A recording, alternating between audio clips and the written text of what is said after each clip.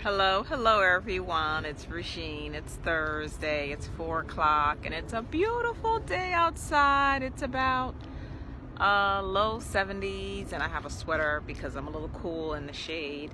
But it's really nice, and I know that people were talking about how cold it was up north. That's why I'm in South Florida, because I need for it actually to be a little warmer than it is today.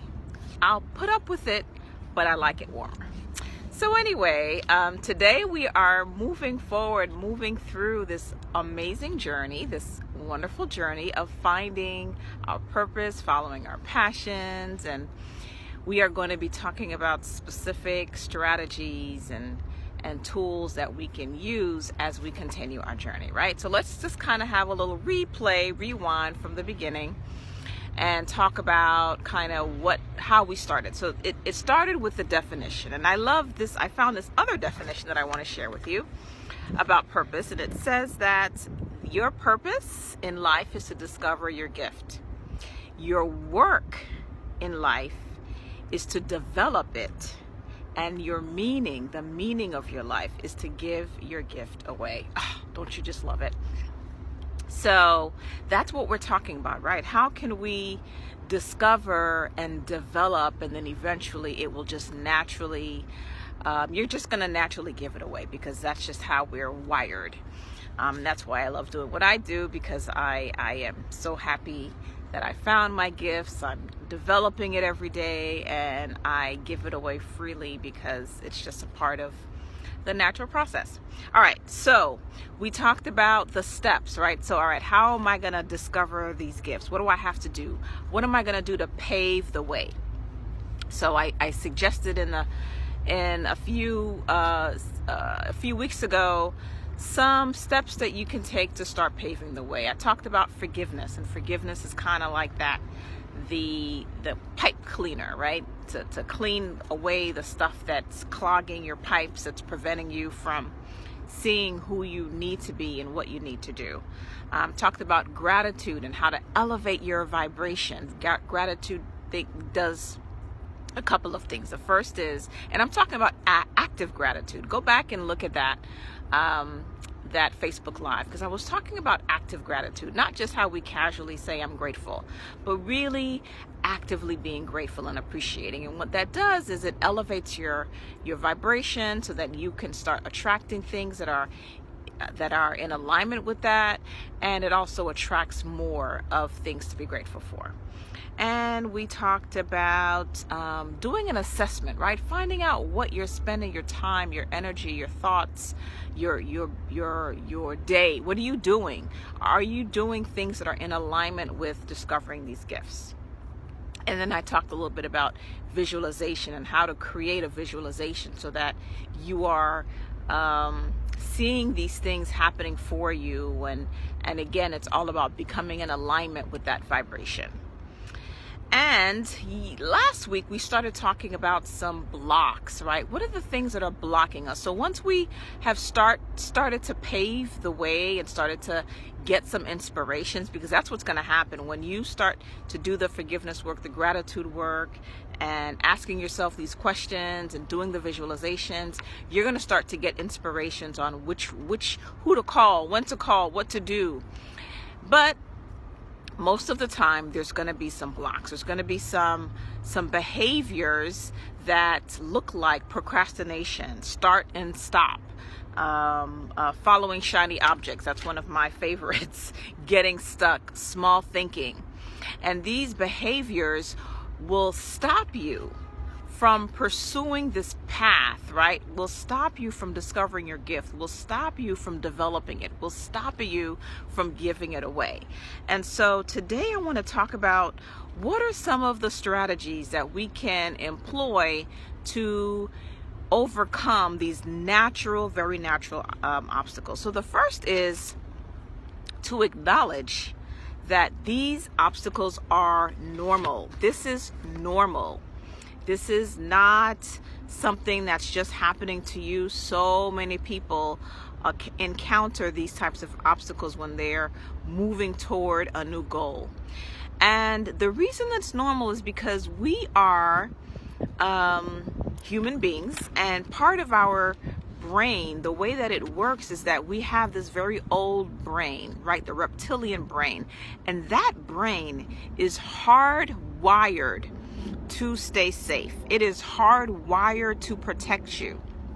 It is hardwired to remember and go back to repetitive situations so that you don't engage in anything that it perceives may be harmful. Your brain is trying to protect you, but in the process of trying to protect you, it's holding you back. It is absolutely holding you back. So it's a natural process for you to feel you're not going to always be able to articulate it, right? But you're going to feel some resistance to moving forward. And that resistance is the fear from your reptilian brain is telling you don't go there because it is not safe. Change is threatening to your reptilian brain. It is threatening.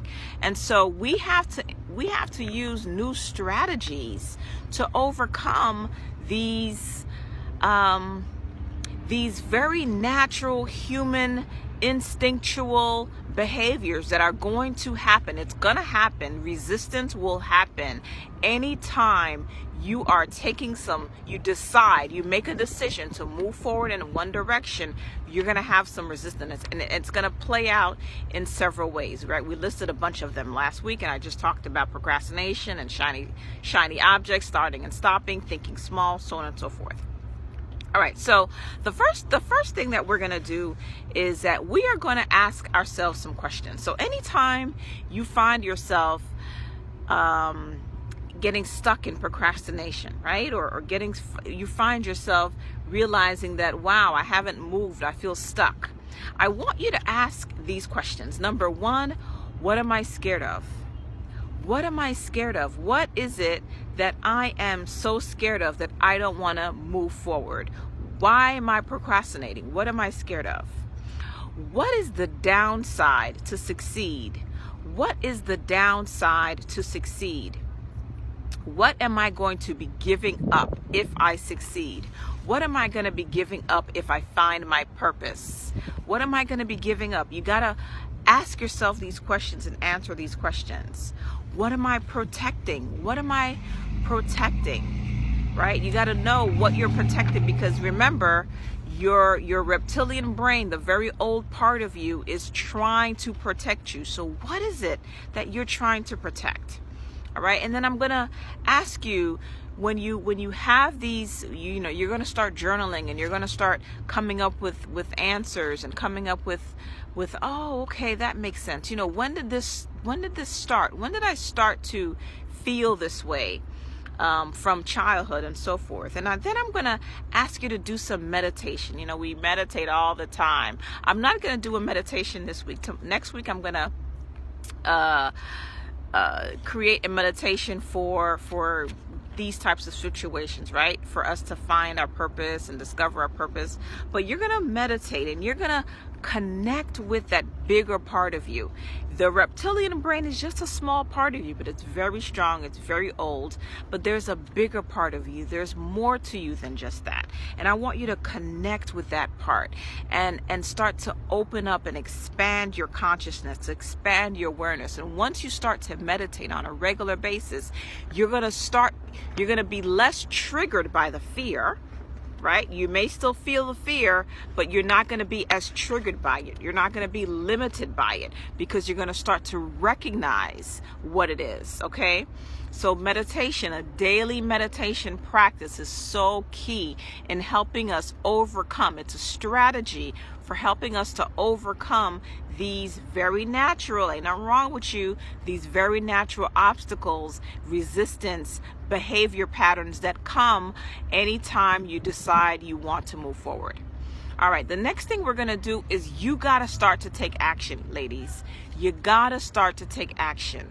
Even if you're not sure that that's the right direction, even if you're not sure that that's the right thing to do, what does action do for you? Number one, it starts to give you some momentum. It starts to give you some energy. It starts to give you something, a little wind behind your back to push you in a direction. Secondly, it changes your perspective, right? So let's say imagine, if you will, you're standing in one area, right? We're going to call area zone A, okay? And from zone A, you can look around and you can kind of have a view of where you are.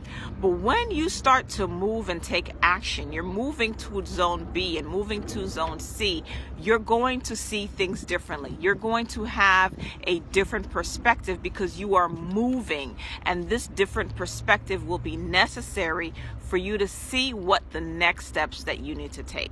So we're going to just move and take action even if we are not sure. Sometimes so many of us are waiting to be 100% sure before I decide, right?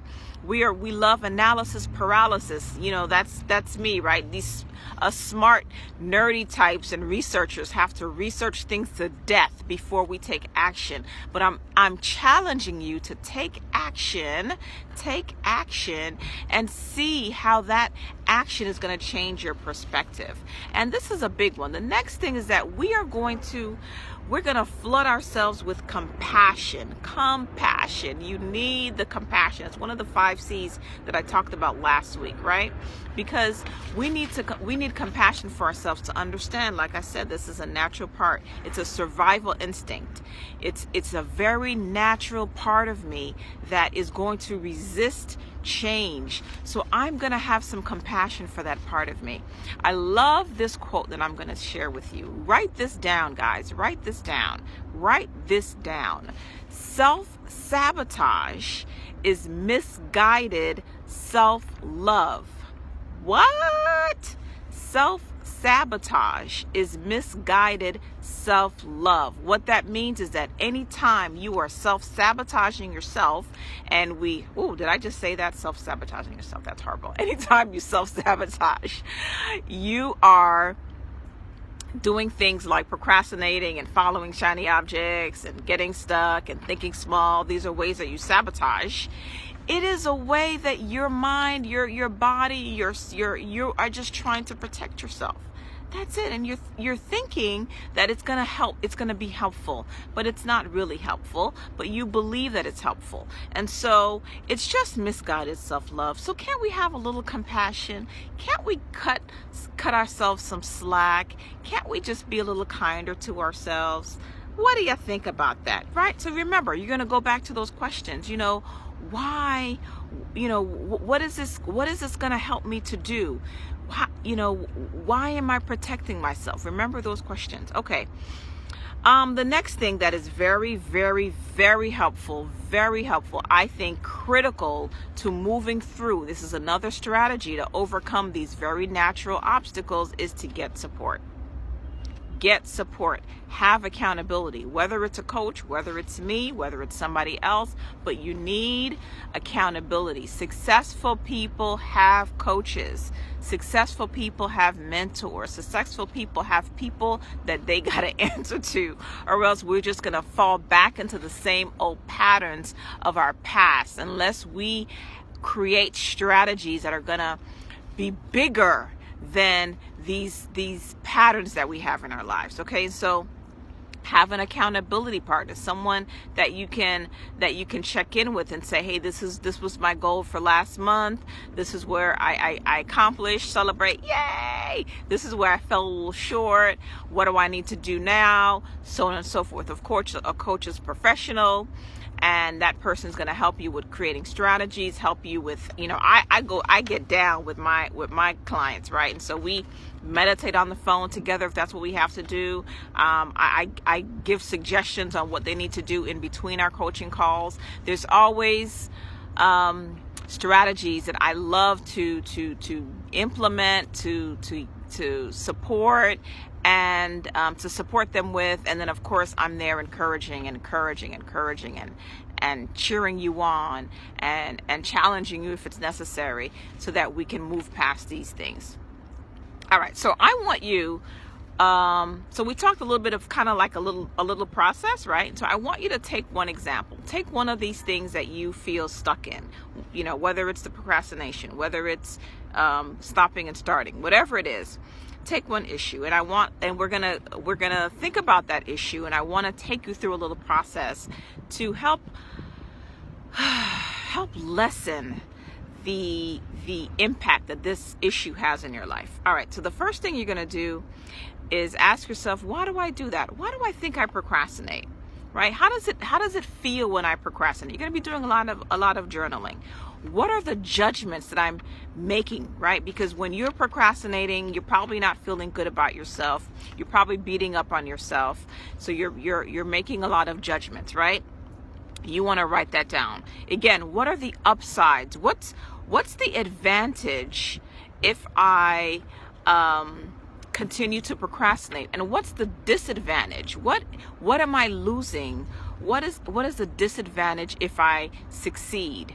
Right? What am I scared of if I succeed? Okay? And you're gonna ask yourself these questions. You're gonna journal, and then you're gonna do a meditation to kind of connect you with the bigger part of yourselves. And you're going to give that part of yourself that is scared, that is misguided, not wrong, not bad, but just misguided, some compassion, some acceptance, some love. And then you're going to visualize yourself moving through this compassion, moving through this procrastination issue. Every time it comes up, what do I need to do to implement some strategies so that I can discontinue sabotaging myself in this way and stop procrastinating in this way? You're going to visualize yourself, and there's some specific ways to use the tools of visualization. I'm going to talk a little bit about that next week, and you're going to just continue to go through that process until you are able to identify, because a lot of what's happening, guys, is that this stuff is happening invisible. It's happening automatically, and we're not even aware that we're procrastinating. We don't even know what's happening.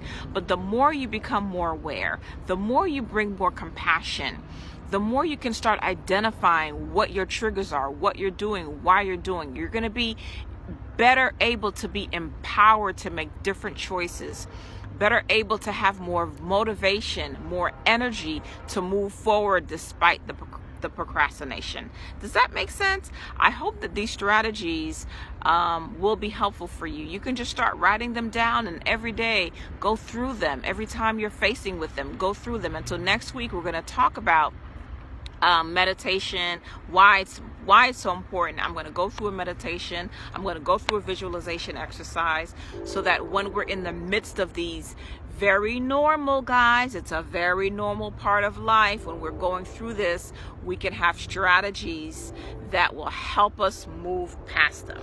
That's coming up next week. I hope that you are here.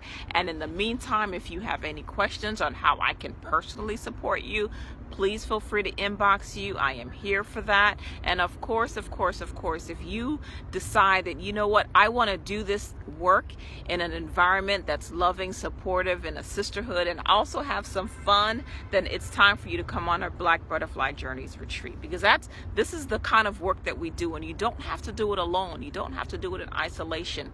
So many of my clients don't have people in their lives that can be accountability partners, that are in the same, how should I put this, that have the same interests, have the same dreams and goals to grow and to develop themselves. And so these journeys are about meeting like-minded women so that you do not have to do this stuff alone. It can be challenging, it could be difficult, it could be lonely. It doesn't have to be. And so I invite you, I'm going to post the website underneath this so that you can join me in my next retreats. I have some retreats coming up. The April retreat is sold out. My January retreat was sold out. Yay! And we have some retreats for 2019, and then already 2020. I have the Renew Your Body, Mind, and Soul repeat second annual retreat. That's going to be in Costa Rica. That's January 2020. I have an amazing It's Time to Shine retreat in October. I'm so excited about that. That's to Cartagena, Colombia. And then the Black Goddess Feminine Power Retreat, and that is in Bali in December. And that's a little different than this type of subject. We're going to really talk more about the powers of a woman and how we are too masculine in so many things that in the way that we think, the way that we behave, and that we need to tap into more of our feminine power. That's really such a resource that we are leaving on the table. And so we're gonna be more about receptivity and allowing and all the goodness that being a woman allows, and really it's more about being accessing your divine feminine, right? We all have masculine and feminine parts, and so we can all, men included, tap into the divine feminine more, because there is power there. There is a resource there that can help us achieve our goals in an easier and less hostile way, I think, right? Less aggressive way, less assertive way, but with more power. So that's the Bali retreat in December. So if you guys have any questions about any of the retreats, if you have any questions about anything whatsoever, inbox me, let me know. I'm happy to talk with you about that. And like I said, stay tuned for next week. We're going to be doing some meditations. We're going to be doing some visualizations around finding our purpose, discovering our power, and following our passions. All right, I love you guys. I'll see you next week. Bye.